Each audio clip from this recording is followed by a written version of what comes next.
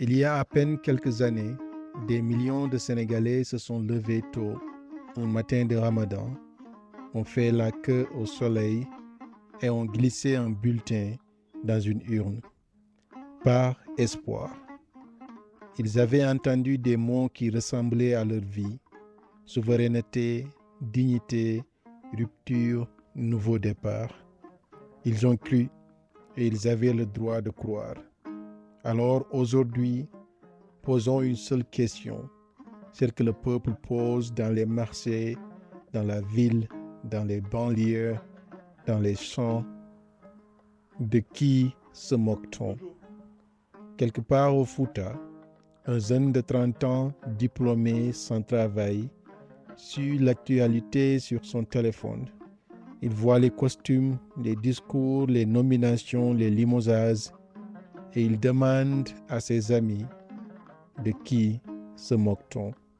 Dans la banlieue dakaroise, vous trouverez une mère de famille qui fait ses comptes. Le loyer, l'école, le riz, l'huile, les prix n'ont pas vraiment baissé, mais les promesses, si.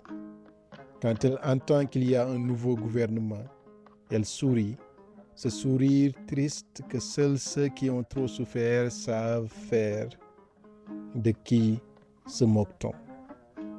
De par sa mobilisation, le peuple avait décliné son agenda, décrit ses priorités et délégué le pouvoir nécessaire. Voilà ce qui est là, voilà ce qui attend. La dette publique est là, le chômage des jeunes est là, la cherté de la vie est là. Mais malgré tout, ils osent s'adonner à une séance de chaises musicales dans les couloirs du pouvoir. Les égos ont pris le dessus. L'on est obligé de se demander qui obéit à qui représente quoi, qui fait quoi et au nom de qui. Mais les institutions ne sont pas des trophées. Elles appartiennent au peuple.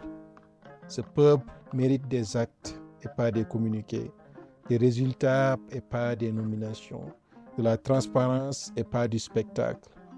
Alors la prochaine fois qu'ils oseront prononcer le mot peuple, qu'ils sachent que ce peuple les attend, ce peuple les entend, qu'ils sachent que ce peuple pose encore et posera toujours la même question: de qui se moque-t-on?